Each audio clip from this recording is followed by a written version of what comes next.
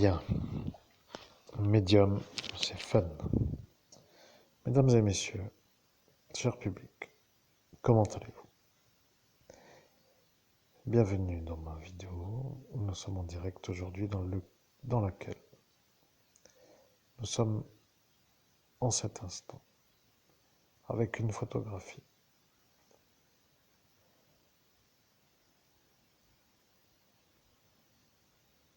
Une photographie qui symbolise mon outil. Mon outil voulant dire une protection. Ils me l'ont enlevé. Ils m'ont volé mon outil. Je vais dire après pourquoi je fais cette vidéo. Je vais commencer par faire parler le talisman que vous voyez en photographie pour être sûr que le talisman me reconnaisse moi comme son propriétaire. Vous savez, certains ont dit que le talisman n'est pas moi et ils se sont fait voir comme en possession d'un outil qui m'appartient. Eux ont été vus comme des êtres qui savaient qu'à cet instant ils allaient être protégés en volant mes outils pour que eux soient vus comme des gens qui, avec des outils qui m'appartiennent, soient vus comme ceux-là à protéger. Je parle notamment de la Trinité de Roublev, que vous voyez juste au-dessus du talisman et mieux dans une autre vidéo. Je parle de la croix d'exorcisme que vous avez volée dans la sacoche. Je parle de ce qui s'appelle l'étole mauve, pour être dans les mains d'un genre de fou qui s'amusait à la tourner comme un abruti en pleine rue pour se faire voir comme un genre de nargueur qui me fait face pour que je disjoncte à le voir faire son numéro de nargage. Il y a dans la vie des gens à ne pas fréquenter. Sans plus attendre, mesdames et messieurs, je me connecte à mon outil qui s'appelle mon talisman, qui est devant vous en photographie et qui doit me parler. Vous voyez le talisman, vous voyez la Trinité de Roublev, vous voyez la lumière, vous voyez que je suis moi.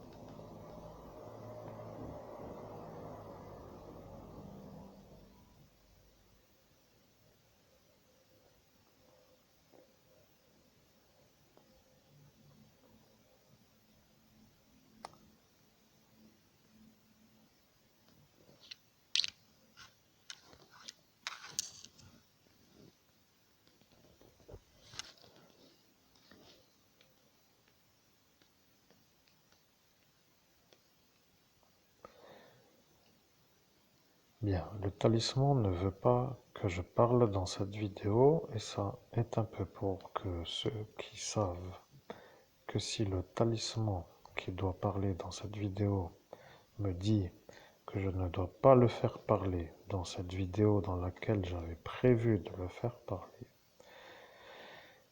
me reconnaissent comme celui qui fait la volonté du talisman. Certains ne comprennent rien du tout, alors il ne faut pas leur demander d'expliquer si c'est possible parce que ça devient un fardeau. Vous voyez, le pays dans lequel je suis est une sorte de maladie généralisée de la stupidité intellectuelle. Ils se sentent maintenant dans une sorte de période où ils se sentent intelligents de faire les débiles. Le problème avec ceux qui ne sont pas débiles, c'est que de voir des cancres de la classe se mettre ensemble pour faire le cancre devient pour celui qui doit faire le cours le problème.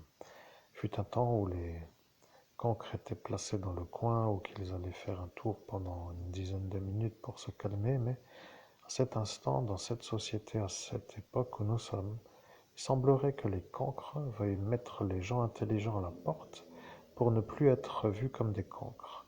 Et le problème avec cette méthodologie, c'est qu'arrivera l'instant où il n'y aura rien d'autre que des cancres, et là, ils se rendront compte qu'il faut des intelligents pour aider les cancres à rester.